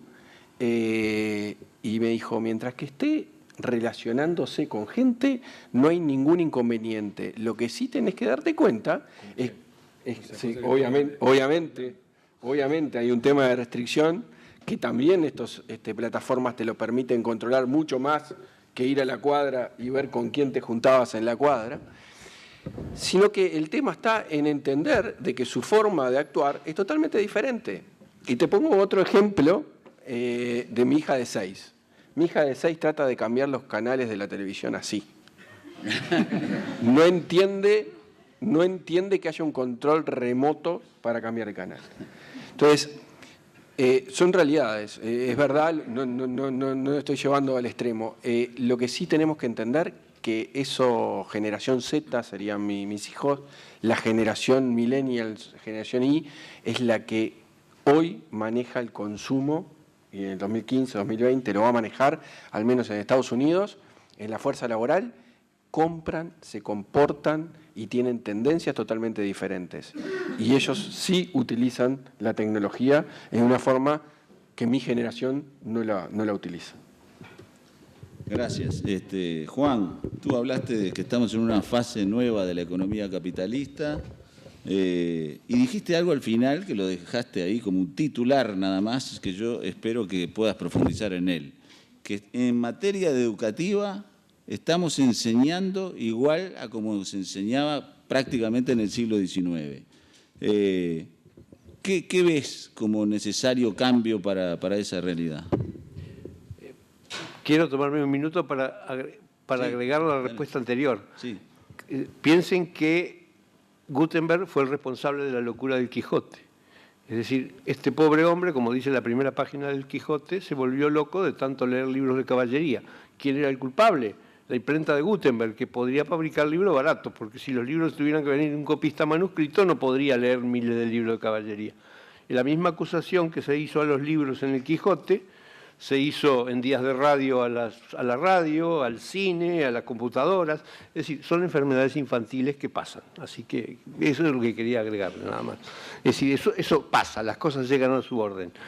Bueno, y sobre el modelo de fábrica, creo que precisamente el gran problema que tiene el desinterés de los estudiantes en todas las etapas de la educación, o en casi todas, es por el modelo de fábrica. Es decir, el modelo de fábrica se rompe recién a nivel de doctorado. Es decir, el estudiante de doctorado no asiste a clases, no tiene horarios, no tiene sus cosas, tiene su trabajo, que es su tesis y sus controles, nada más. El estudiante de maestría tiene un poco menos de libertad. Así es que hasta que el estudiante universitario ya está plenamente en el sistema de fábrica industrial, ¿no? en la cadena de montaje.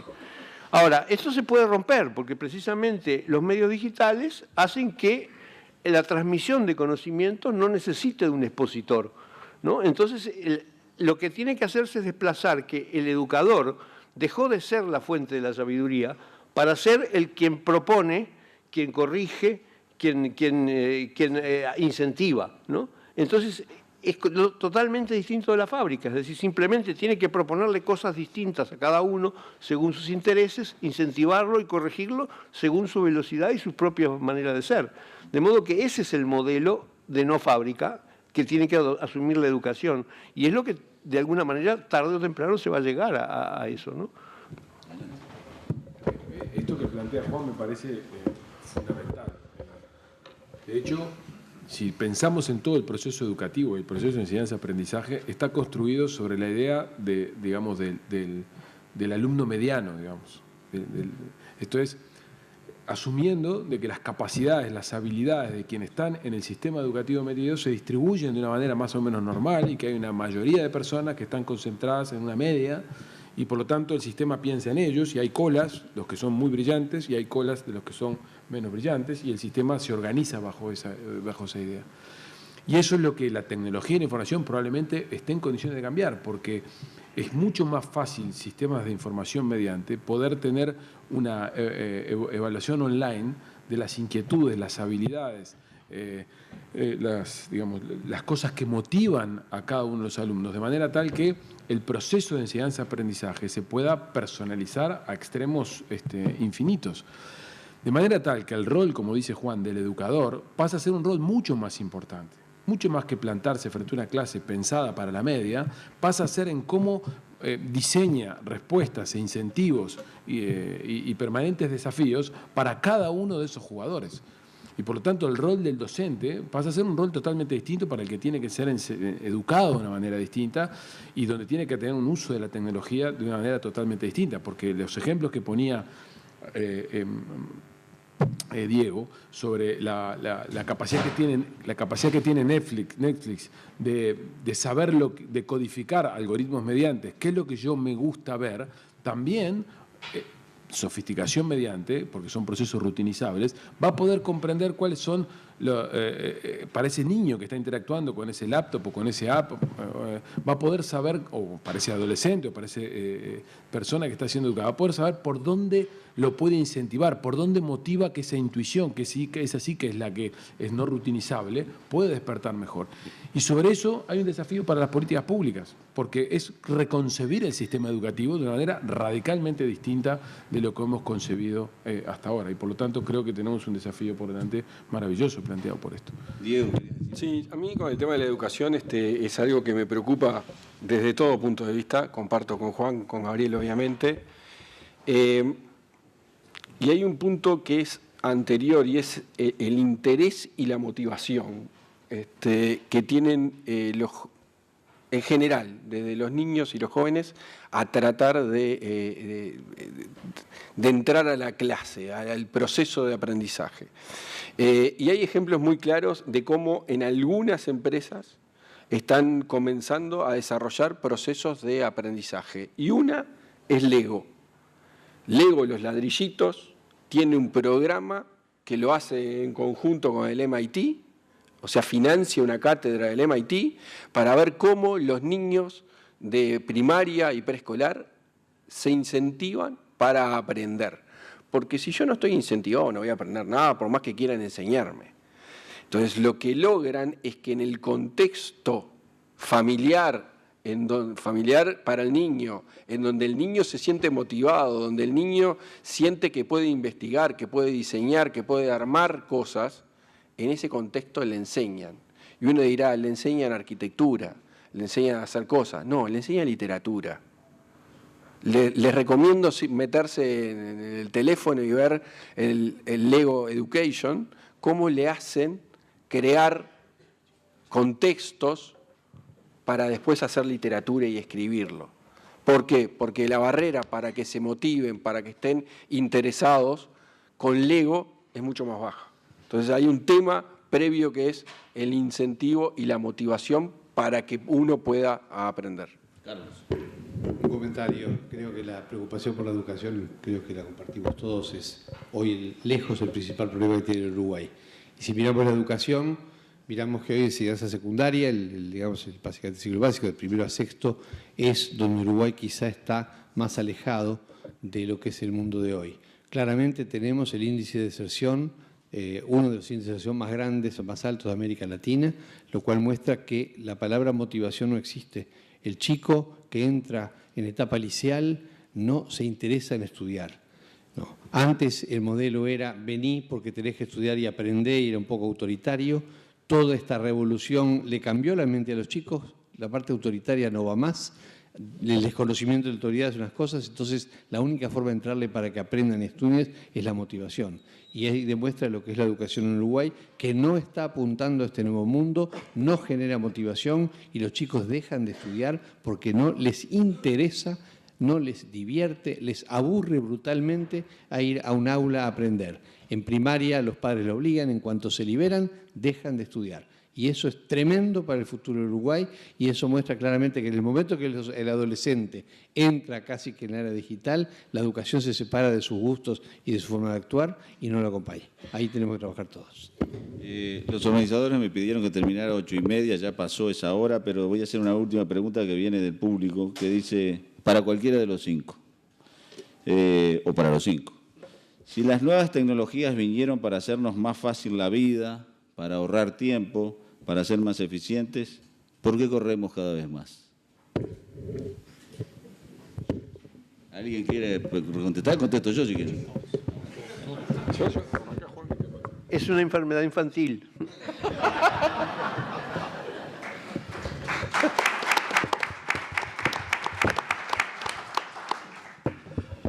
Sí, de pronto una observación con todo eso es cierto, ¿no? A veces dicen hay que parar y oler las rosas. Pero de alguna manera u otra, si vemos el impacto colectivo de la tecnología, nos ha liberado, tenemos más tiempo, vivimos más, tenemos más posibilidades. La opción de educarse, digamos, gracias a la tecnología hoy es súper amplia. Si no podemos desplazarnos a otros países, los podemos visitar de una manera virtual. O sea, son muchas cosas, ¿no? Por usar el ejemplo de Uber concretamente, ¿no? No para todos es una posibilidad tener un vehículo. De pronto una señora mayor de edad, una persona discapacitada, no era una opción para llegar hasta la parada del bus. De pronto esto le da una opción a dicha persona. Así creo que tomamos muchísimo del pichel de agua, queremos tomar más de lo que podemos, pero creo que por encima de todo, si valoramos las opciones que ha traído la tecnología y si somos prudentes, digamos, desde el punto de vista humanista, es muchísimo más el bien que el mal que ha traído. Es un tema de sopesar, digamos, de cuánta agua va a beber uno, digamos, de esa cubeta. 2 puntos. Una, la reflexión microeconómica que me compete. El tiempo es un bien escaso, por definición, digamos, y eso también es importante tenerlo claro. El segundo punto es, yo no creo que la tecnología haya traído simplificación de las cosas.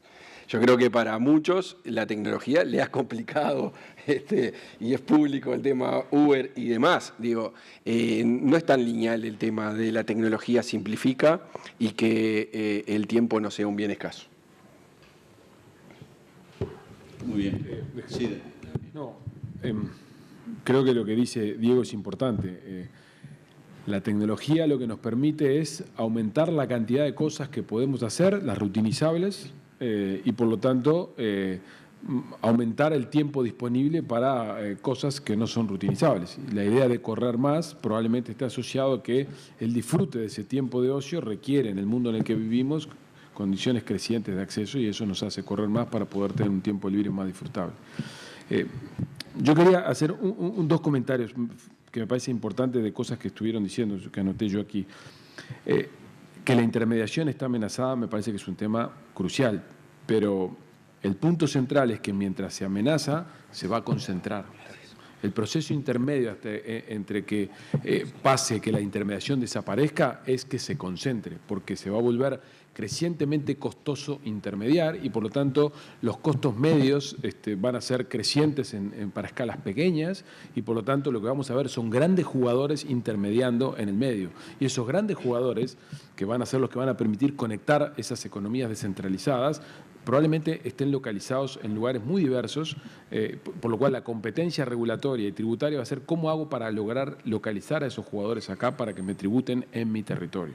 Porque si no, están localizados en Holanda y dicen esto, yo vendo un servicio de conexión de gente y por lo tanto yo no soy un sujeto tributario bajo ciertas circunstancias, pero un sujeto tributario de las condiciones. Y así está razón que así sea.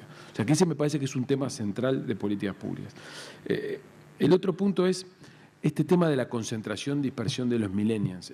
Yo trabajo, acá tengo a Agustina, que es una de las gerentas mías, somos 780 personas nosotros, pero alrededor mío hay 20, 30 personas que son todos millennials. Y yo no dejo de sorprenderme la dispersión en la que viven. Es más, me enferman y me obsesionan que estén haciendo 25 cosas a la vez, con el teléfono, mirando cosas y que al mismo tiempo resuelvan todos los problemas o todos los temas que les pongo sobre la mesa. Porque yo soy hijo de la educación fordiana, en la cual creo que hay un proceso cartesiano y estos chicos, por distintas circunstancias, no por el sistema educativo, por los estímulos que tienen de por medio, son capaces de resolver 10 cosas al mismo tiempo y las resuelven bien, al punto tal que hemos llegado crecientemente a la conclusión, no me importa qué horario haces, no me importa a qué te dedicas, no me importa a qué jugás, lo que me importa es que vos hagas lo que tenés que hacer. Y eso es fundamental para los millennials, lo que va a ser para mi hija, la chica que también tiene 6 años, igual que es la grande compañera de la hija Marcelo, va a ser un tema central. Y el último punto es, les recomiendo, hay un psicólogo que se ha metido en temas económicos, se llama Schwartz, que sus videos están colgados por todos lados, que plantea un tema que para mí es fundamental y que a vos, Carlos, te va a desafiar, que es esta idea del costo de oportunidad que la tecnología también nos ha puesto sobre la mesa, que todo el tiempo estamos obsesionados por pagar. O sea, la economía capitalista compite por diferenciación de productos hace mucho tiempo. El vaquero tal, el auto tal.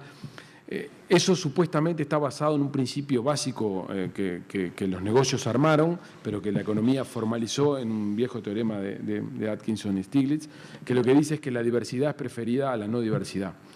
Y lo que dice Svarts es que en realidad él no está tan seguro que al punto tal al que hemos llegado hoy, la diversidad sea preferida o la variedad sea preferida a la concentración, porque el permanente costo, el sufrimiento que hoy pone eso sobre los seres humanos, por el costo de oportunidad que pagamos, porque tenemos esto pero no tenemos aquello, y tengo el iPhone 5 pero no tengo el número 7 o tengo el vaquero tal, controvierte la lógica de consumo y forma parte de esta lógica del consumo de la economía colaborativa, de la cual no hablamos, pero hay un estudio de Pricewaterhouse que dice que en 10 años la economía colaborativa va a representar el 25% del PIB de Estados Unidos.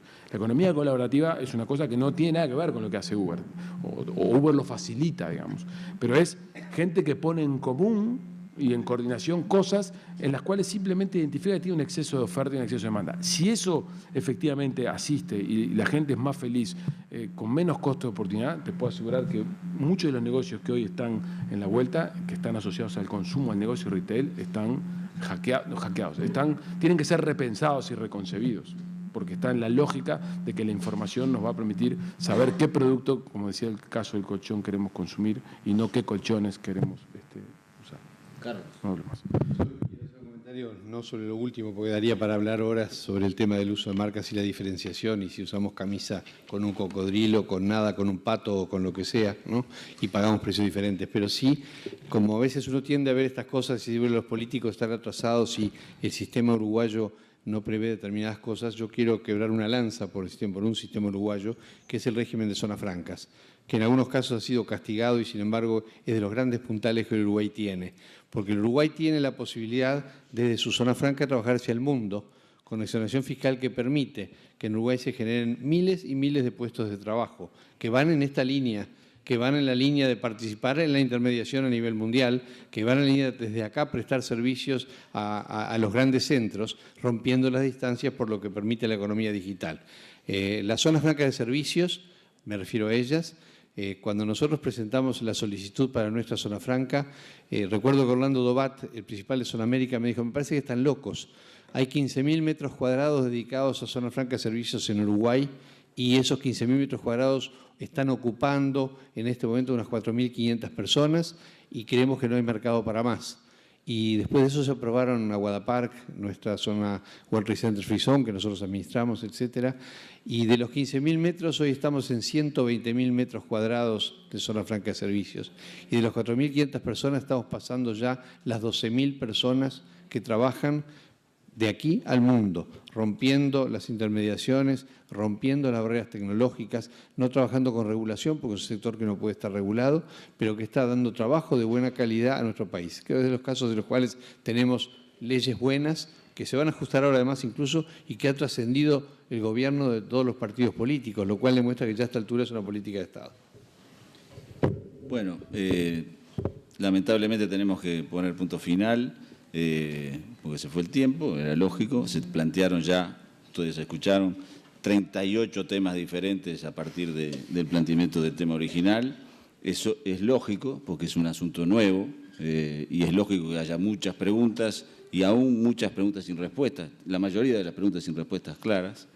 Además hay que terminar, porque yo me tengo que ir a cerrar a un semanario antiguo de papel que lee la gente así ensuciándose los dedos.